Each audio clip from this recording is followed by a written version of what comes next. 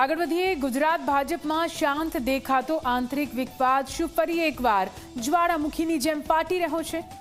રાજ્યના પૂર્વ નાયબ મુખ્યમંત્રી નીતિન પટેલે તેમને વિરુદ્ધ મહેસાણા ભાજપના જ કોર્પોરેટર ચંદ્રકાંત પટેલની એક સડકતી ઓડિયો ક્લિપ સામે આવે છે અને તે બાદ તેમની પ્રતિક્રિયા પણ સામે આવે છે। હાલ તો પ્રદેશના રાજકારણમાં ભારે ચકચાર મચી ગઈ છે। આ ઓડિયોમાં કોર્પોરેટર ચંદ્રકાંત પટેલ નીતિન પટેલ માટે માત્ર બેફામ અપશબ્દો જ નથી બોલી રહ્યા, પણ નીતિનભાઈની રાજકીય કારકિર્દી પોતે જ ખતમ કરી હોવાની ડંફાસો પણ મારી રહ્યા છે।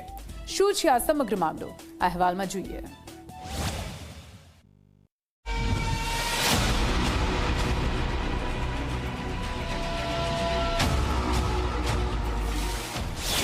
નીતિન પટેલે અનામત આંદોલન ઊભું કર્યું।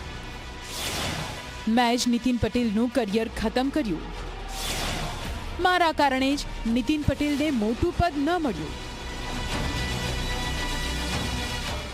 આ શબ્દો છે મહેસાણા ભાજપના કોર્પોરેટર ચંદ્રકાંત પટેલના અને હાલ કોર્પોરેટર ચંદ્રકાંત પટેલ અને એક કાર્યકર વચ્ચેની કથિત વાતચીતનો ઓડિયો સોશિયલ મીડિયા પર વાયરલ થતાં જ હોબાળો મચી ગયો છે।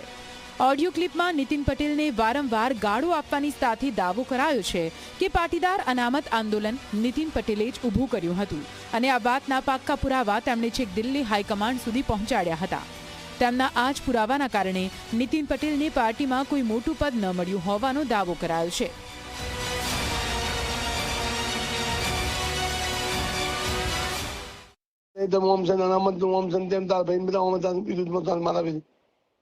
હું બેઠો સાહેબ, હું ટિકિટ માટે હું કહું તમે બધા અનામતનું ઓમ શંકર કે બધું બોલાવ દે મેં સાહેબ અનામતનું આંદોલન અનિલભાઈ સાહેબ ને તમે બે જણે ઉભું કર્યું હતું 10 ધારાસભ્યો વચ્ચે।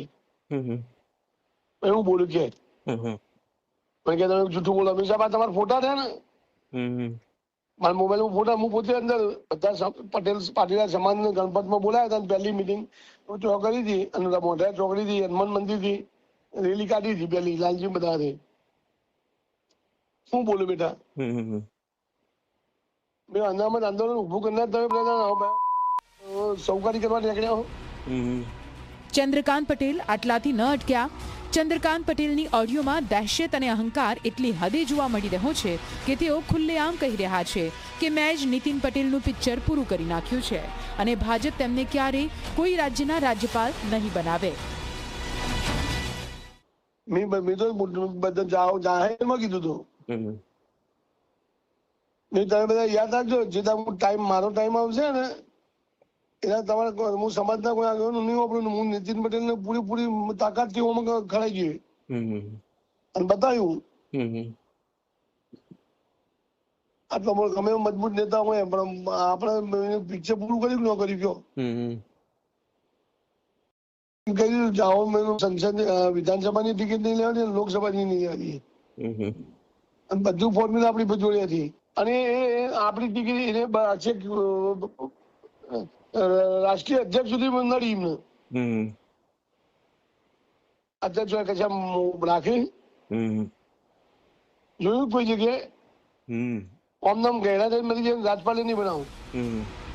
આ વિવાદિત ઓડિયો વાયરલ થયા બાદ પૂર્વ નાયબ મુખ્યમંત્રી નીતિન પટેલે મૌન તોડ્યું છે અને સામો મોટો ધડાકો કર્યો। નીતિન પટેલે જણાવ્યું કે ગઈકાલે જ તેમને 5 વર્ષ જૂનો વધુ એક ઓડિયો મળ્યો છે જેમાં આ જ કોર્પોરેટર ભાજપના સત્તાવાર ઉમેદવારને હરાવવાની ગંદી રમત રમી રહ્યો છે। નીતિનભાઈએ આશ્ચર્ય વ્યક્ત કર્યું છે કે જે ચંદ્રકાંત પટેલને તેમણે ભૂતકાળમાં વ્યવસાયમાં આટલી મદદ કરી તે જ વ્યક્તિ તેમની પીઠ પાછળ ખંજર ભૂકી રહ્યો છે।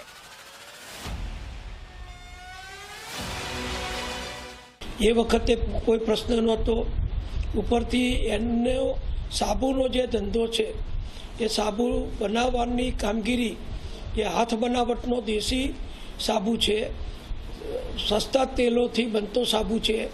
એનો જે પ્રશ્ન આખા રાજ્યનો હતો સાબુ ઉત્પાદકોનો એનો મેં નિરાકરણ કરી અને હજારો સાબુ ઉત્પાદકોને જે તે વખતે સરકારમાં હતો અને નાણામંત્રી હતો ત્યારે એમને ટેક્સમાં રાહત આપવાની મેં મદદ કરેલી છે કે એની આજુબાજુના વ્યક્તિઓ કદાચ કોઈ એનો ઉશ્કેરણી કરતા હોય અને એનો દુરુપયોગ કરી અને એના મારફતે આવું બધું કરતા હોય એવું કદાચ બને નીતિન પટેલે આ સમગ્ર પ્રકરણને અત્યંત ગંભીરતાથી લઈ આરપારની લડાઈના મૂડમાં છે.